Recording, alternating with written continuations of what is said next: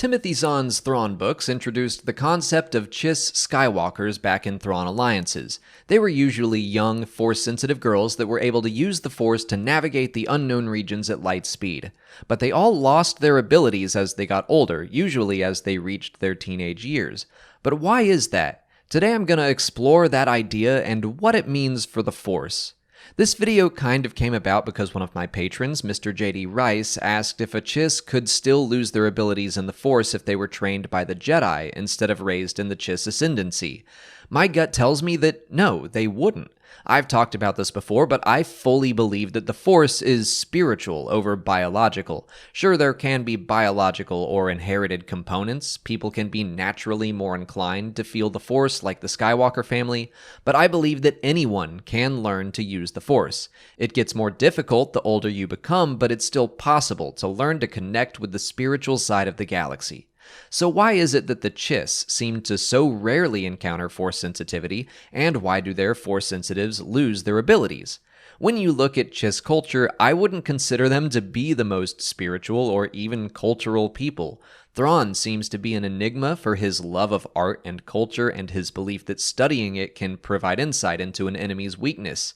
The Chiss seem to be far more interested in logic, trusting the mind over the heart. I'm not saying that's inherently bad, but when you go all the way into that extreme, you start to be more pragmatic. I think it causes the Chiss to become paranoid and isolated and selfish.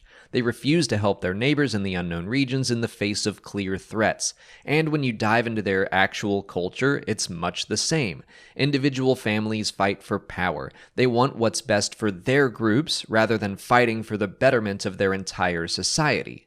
That right there sounds to me like it's not a very conducive culture for Force sensitivity to be abundant, and yeah, it's not. It's very rare. So rare that the Chiss treat their Force sensitives as their most precious resource, and that's a word thrown around over and over again in Thrawn Ascendancy Chaos Rising. Resource.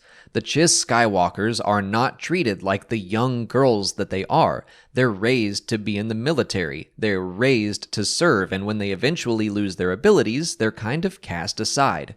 Chiss families are happy to invite them into their homes, but not as an act of kindness. It's to further their own prestige and power. Skywalkers lose their purpose and their place in the world. So you've got this group of Force-sensitive girls who know there is a ticking clock on their so-called usefulness. They've got anxiety about what will happen to them when that time comes, and they've just got this knowledge that their abilities are going to leave around the age of 13. Just mentally, they have come to expect that because everyone tells them that.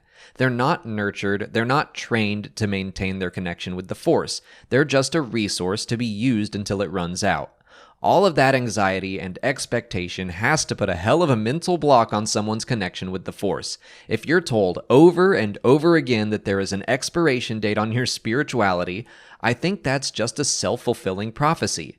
Now, I certainly think the Jedi, or at least the Jedi as we currently know them, were a flawed organization, but I think if a young, Force-sensitive Chiss girl were discovered by them and taken to the temple to train, I 100% believe that they would be able to keep their abilities.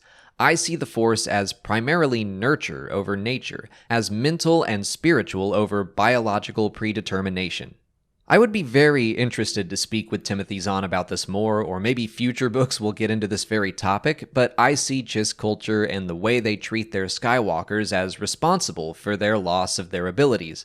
But what do you think? Let me know in the comments, and if you want to check out Thrawn Ascendancy Chaos Rising for yourself, you can pick it up for free on Audible by clicking on the link in the description, or by going to www.audibletrial.com/Star Wars Explained.